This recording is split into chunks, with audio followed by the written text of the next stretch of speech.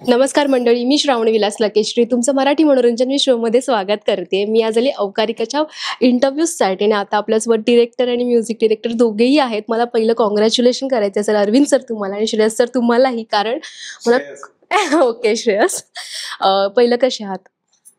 तुमच्याकडे मस्त, खूप छान. काय फिलिंग्स आहेत बिचारे एवढे? मी ऐकले की तुम्ही सकाळी 4 वाजता उठता आणि सगळ्या कामांना सुरुवात करता. आज 3 झालेले. 1 तास लवकर उठलायत. मेडिटेशन झालं, परत झोपलो कारण कालचा स्ट्रेस होता. अच्छा, स्ट्रेसमुळे सगळंच तुमचा माहोल असा एकदम मेडिटेशनची गरज आहे म्हणून तुम्ही नेहमीच मेडिटेशन करत असता. श्रेयस सर तुमच्याकडे येते. तुम्हाला पहिलं कॉंग्रॅच्युलेशन सुनिधी आणि कैलाशकर सरांसोबत तुम्ही पूर्ण म्युझिक केलं त्यासाठी. थँक्यू. कसा होता अनुभव सगळा?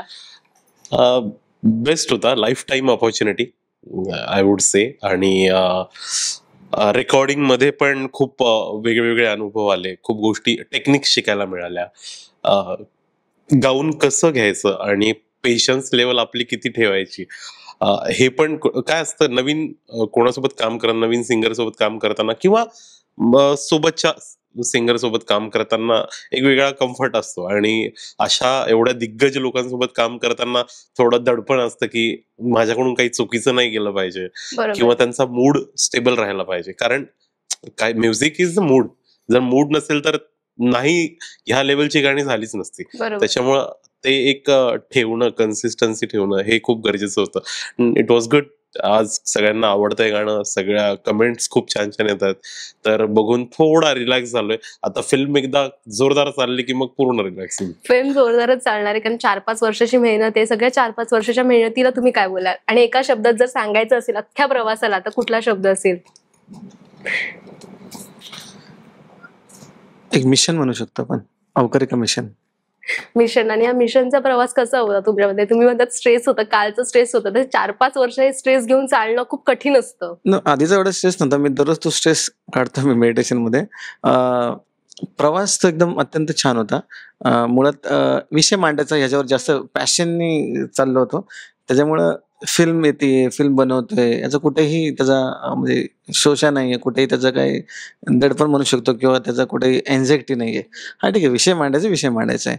नाही तर विषय नाही मांडला तर हाय, मी सीएच आहे, मी माझं काम चालूच आहे. त्यामुळे असं दडपण नसल्यामुळे मे बी मला त्या गोष्टी कम्फर्ट झोन मध्ये भेटल्या असतील.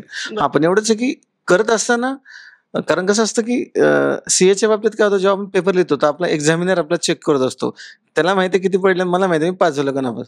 पण इथे पब्लिकला सांगायचा का सिनेमा, तर तो पॉइंट ऑफ व्ह्यू. कारण म्हणजे मी सांगतो, मी जेव्हा सीएचा जो इंटरव्ह्यू लिहित होतो एक्झाम, तर मी 150 पेपर आधी सॉल्व्ह केलेत.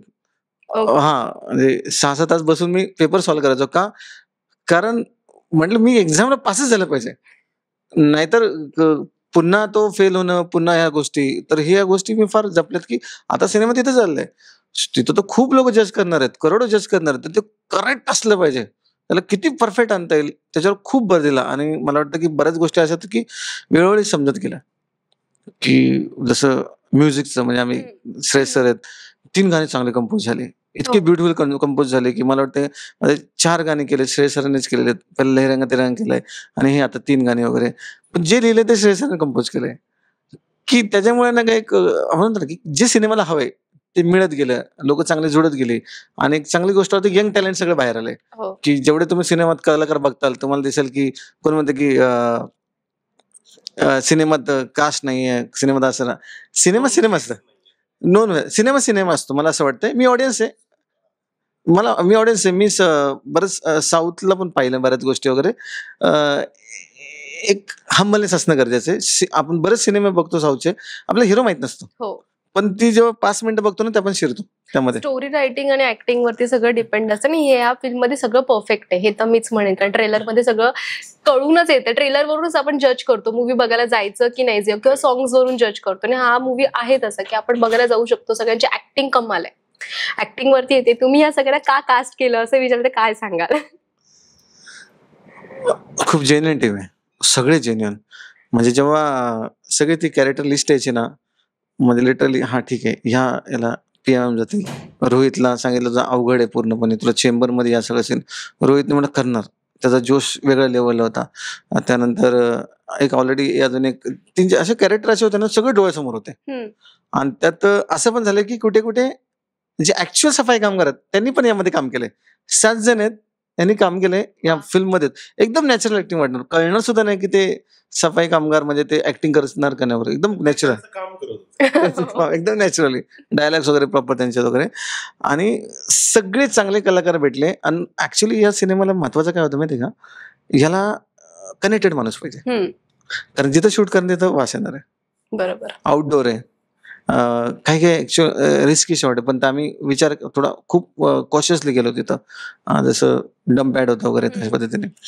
ओव्हरऑल मला ऍक्टिंग वाईज मी सॅटिस्फाईड आहे. जे परफेक्शन मला पाहिजे ते मला भेटलेलं आहे. आणि कुठे कुठे टेक वाढले पण आहेत, पण तो कम्फर्ट झोन पण दिला ऍक्टरला. कसं असतं की त्या ऍक्टरला तेवढं दडपण पण दिलं नाही पाहिजे. तो कम्फर्ट झोन, तो कॉन्फिडन्स दिलेला आहे, त्याच्यामुळे त्या गोष्टी झाल्यात चांगल्या. तुम्हाला हा मूवी करावासा का वाटला, की हाच मूवी का, आणि तुला या मूवीसाठी सॉंग्स लिहिताना ही ती सॉंग्सच का, किंवा ते शब्द असेच मांडले गेले पाहिजे असं का वाटत गेलं? बोल. Inner feeling. कारण मी आता काय होतं, फार अध्यात्म होते. मी माऊली तुम्ही बोला. मी माऊलींच्या इथे जातो. मी सकाळी 5:30 वाजता वगैरे कधी मला वाटलं तर माऊलीचं दर्शन घेतो. मला ती इंद्रायणी दिसते. मला ते कचरा दिसतो आजूबाजूला. म्हणजे बऱ्याच ठिकाणी आपण जातो की ते डोंगरावरचा कचरा फेकलेला कुठे असतो. पण आता एवढ्या लोकांना सांगणार कसं? तर मी डॉक्युमेंटरी काढले, तर जनजागृती केली, बरंच काय करतात ते. म्हणजे खूप शासन पण याच्यावर खूप काम करतं. पण आज सांगायचं कसं आता? मग याला कसं की एंटरटेनिंग मॅनरमध्ये कसं मांडता येईल? मग ते एंटरटेनिंग मॅनरसाठी हा सिनेमा आला. आणि अवकारी काय करतात, अवकारी म्हणजे डस्टबिन, कचरा पेटी. ते काय करते की ते डस्टबिन पूर्ण जे काही कचरा होतो तो डंप पॅडला गेला पाहिजे. मग प्रोसेस ती त्यात गव्हर्नमेंट इन्व्हॉल्व आहे की प्रोसेस कसं करायचं वगैरे. पण काही याचा कचरा आहे तो असाच आजूबाजूला आहे. म्हणजे आता आपण सध्या डम्पिंग यार्डमध्ये राहतोय, फक्त तो जमिनीवर असंच पडलेला आहे. बरोबर. आपण तिथं डम्पिंग यार्डला आपण थांबू शकत नाही. म्हणजे हा कचरा आजूबाजूला आहे, तो मातीत मिसळतो, तो आपल्याला आता इन्फेक्शन करायला लागलाय तो या सगळ्या गोष्टीमध्ये. तर एक एंटरटेनिंग मॅनरमध्ये. आणि तेव्हा एंटरटेनिंग मॅनर जेव्हा येतो तेव्हा येतात म्युझिक, तेव्हा येतं गाणं. आणि गाणं म्हटलं तर त्या लिरिक्स, आणि मला वाटतं मी श्रेयस सरांना देतो याबाबत बोलायला. जेव्हा माझ्याकडे पहिले शब्द आले होते एकदम सुरुवातीला, ते असे होते, श्रावणी, कचऱ्याची साथ जीवा मळकट हात, जुनं झालं सारं काही नकोही घरात. याला काय कंपोज करणार तू? जर तू ऐकशील तरी कसं ना हे? बरोबर. म्हणजे जर मी ठरवलं तर मी ओपन करून कचऱ्याची साथ जीवा हे गाणं नाही ऐकणार.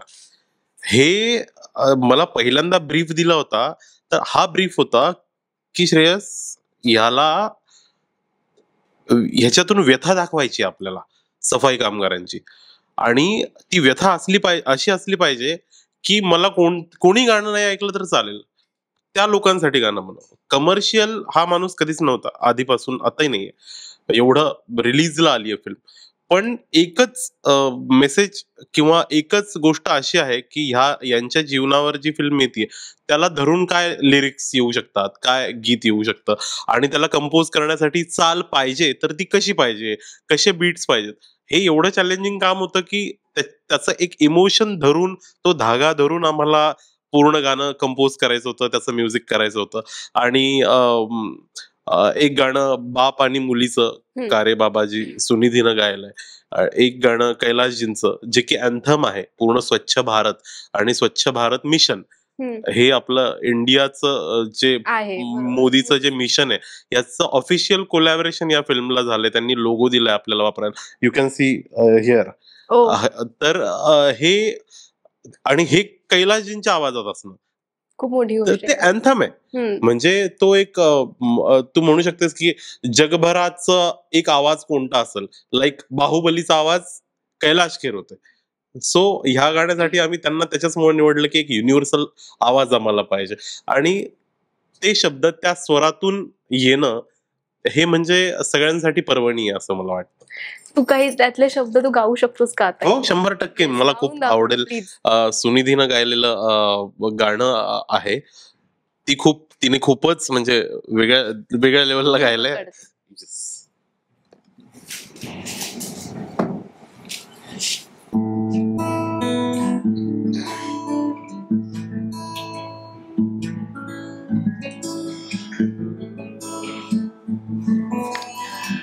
बाप आणि मुलीवरच हे गाणं आहे. बाप आणि मुलीवरचं गाणं आहे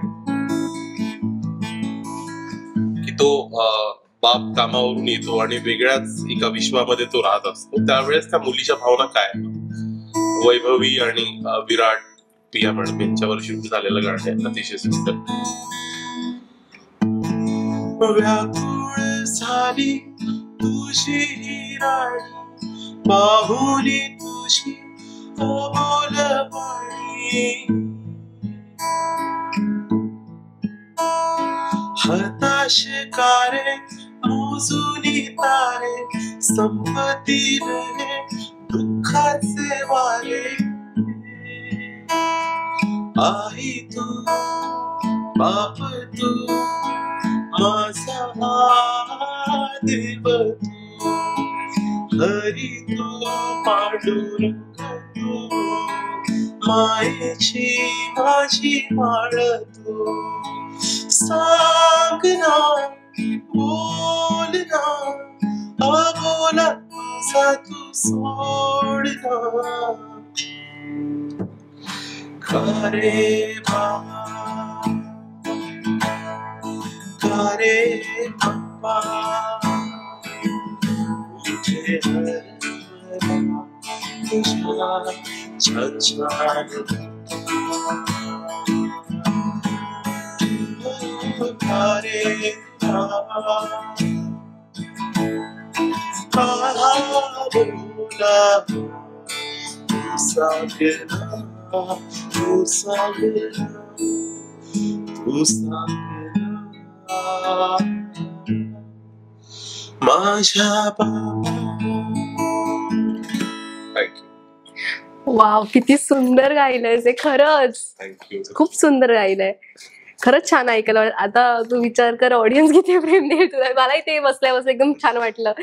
मी थोडासा एक प्रश्न विचारू का, म्हणजे असं राग नसेल येणार तर, सेट वरती तुमचे सगळे एवढे कलाकार आहेत, तुमचा फेवरेट कलाकार कोण असं विचारलं तर कोणाचं नाव घ्या? बापरे, डोळे नजरा इकडे. इथे कोण बसले? रोहित आणि पिया मॅडम. वैभव. तरी तरी सर तुम्ही असे प्रश्न विचारू नका. विचारला गेलाय आता हा प्रश्न. मला तो महादेव जाधव हा म्हणजे कॅरेक्टर ऍक्च्युअली ते स्वच्छता कर्मचारी आहेत ते. ओके. आणि त्या सिनेमामध्ये जे काम केलं त्यांनी, काही गोष्टी इतक्या नॅचरल गेल्यात की ठीक आहे, बाकीचे प्रोफेशनल कलाकार असतील वगैरे, त्यांनी ऍक्टिंग केलं असेल, इतकं नॅचरल ना की आम्ही एक्सपेक्ट करू शकत नाही. अशा पद्धतीने ते डायलॉग्स केलेत. आता आम्ही क्युरियस आहोत बघण्यासाठी. हा, एकदम सहजतेने. आम्ही ना कधी तो डायलॉग लागला आणि ते तो फ्रेमवर दिसतो ना, आम्ही एकदम अवाक होऊन जातो. अरे काय नॅचरल बोलून गेला हा माणूस, इतकं जे घडतं तसंच. आणि एवढ्या मोठ्या कॅमेरा समोर ती लोकांनी जे ऍक्ट केला, म्हणजे खरंच अनबिलिव्हेबल होतं माझ्यासाठी. हे मला ना क्युरियोसिटी झाली, कारण सर मगाचपासून म्हणतात की काही सफाई कर्मचारी आहेत, दादा आहेत, त्यांनी स्वतःहून इनडिरेक्टली डिरेक्टली सगळं सहज केलंय काम. आणि तसं क्युरियोसिटी असते की बापरे, ह्यांच्यामध्ये पण टॅलेंट गाडलेलं आहे, ते बाहेर पडतंय ह्या निमित्ताने, असंच वाटतंय आता. टॅलेंट पण म्हणू शकतेस किंवा म्हणजे असंही म्हणू शकतेस की ते हेच जगतात रोज. हो, जे आपण दाखवलंय तर ती त्यांची काइंड ऑफ बायोग्राफी, त्यांची कथा आहे ती. आणि त्याच्यामुळे ते त्यांनी सहज एवढं केलं की म्हणजे कलाकारांपेक्षा चांगली ऍक्टिंग त्यांची वाटायला लागली. असं होऊ शकतं. बऱ्याच ठिकाणी काय होतं की लोक म्हणजे शूट सुरू असताना म्हणजे असं एक झालं की सफाई कर्मचारी ओळखीचे आले माझ्याकडे, मला म्हटले दादा मला कुठेतरी घे ना. विथिन अ सेकंड त्याला 2 सीनला घेतला मी तिथं लाईव्ह मध्येच, आणि झालं, सीन झाले, सगळे सीन झाले. Yes, thank you so much. खूप छान वाटलं गप्पा मारून, आणि तुम्हाला खरंच ऑल द बेस्ट. आणि थँक्यू, तुम्ही हा मूवी घेऊन आलात. कदाचित ह्या निमित्ताने सगळ्यांचे डोळे उघडतील आणि आपण काय बघतोय याकडे त्यांना लक्ष देता येईल. आणि पण आता आमंत्रण द्या, 1 ऑगस्टला आपला एक छान मूवी येतोय, त्यासाठी आमंत्रण द्या. प्रेक्षक वाटच बघतायत, तुम्ही त्यांना आमंत्रणच द्या आता. नमस्कार महाराष्ट्र. एक चांगला चित्रपट, एक सामाजिक चित्रपट, एक चांगला मनोरंजन करणारा चित्रपट, चांगलं म्युझिक असलेलं, गाणे असलेला सिनेमा अवकारिका हा केवळ स्वच्छता आणि चित्रपट नसून हा पॉझिटिव्ह अप्रोचचा सिनेमा आहे. लोकांचा माइंडसेट चेंज करणारा सिनेमा आहे. हा एकंदर आता वर्तमान काळासाठी आणि भविष्यासाठी फार महत्वाचा आहे. आपल्या आरोग्याशी निगडीत असल्यामुळे हा सिनेमा तुम्ही नक्की बघा, जरूर बघा, आपल्या मुलांना दाखवा. आपल्या नातेवाईकांना सांगा, कुटुंबातील लोकांना सांगा, शाळेत दाखवा. डेफिनेटली हा सिनेमा जर लोकांनी पाहिला आणि याचा इम्पॅक्ट पडला, डेफिनेटली मला वाटतं जे मेडिकल कॉस्ट आहे हे फार कमी होऊन जाईल. कारण हायजीन ह्या सगळ्या प्रकारे याला फार वेगळं चित्र दिसेल. तर तुम्ही नक्की बघा. 1 ऑगस्ट 2025 रोजी सगळ्या चित्रपटगृहात येतोय अवकारिका. नमस्कार. हा चित्रपट जे रेग्युलर चित्रपट बघतात मराठी हिंदी त्यांनी तर हा बघावाच, पण तुमच्या आजूबाजूला तुमच्या घरात तुमच्या ऑफिसमध्ये काम करणारे सफाई कर्मचारी आहेत, दादा आहेत, ताई आहेत, ह्यांना तुम्ही सांगा की फॅमिली सोबत हा चित्रपट नक्की जाऊन बघा. म्हणजे हा असा क्राऊड आहे श्रावणी की जे कधी थिएटरला आले नाहीयेत. हो तर बरोबर. तुम्ही एक गोष्ट नक्की करा की तुमच्या आजूबाजूला ऑफिसमध्ये, स्कूलमध्ये जे तुम्हाला दिसतील त्यांना तुम्ही आवर्जून सांगा की हा चित्रपट बाबा आलेला आहे सफाई कामगारांवर. हा तू जा आणि 1 ऑगस्टला अवकारिका नावाचा हा चित्रपट तुझ्या फॅमिली सोबत, तुमच्या फॅमिली सोबत तुम्ही नक्की जाऊन बघा. आणि हे सफाई कर्मचाऱ्यांनी बघणं फार गरजेचं आहे हा cinema. Thank you. Thank you so much. Thank you Shravani की तू आम्हाला इथे बोलवलंस आणि एवढं छान लोकांपर्यंत पोहोचवायसाठी तू या माध्यमातून आमचा इंटरव्ह्यू घेतलास. Thank you. Thank you so much. Thank you thank you ma'am. Thank you. Thank you.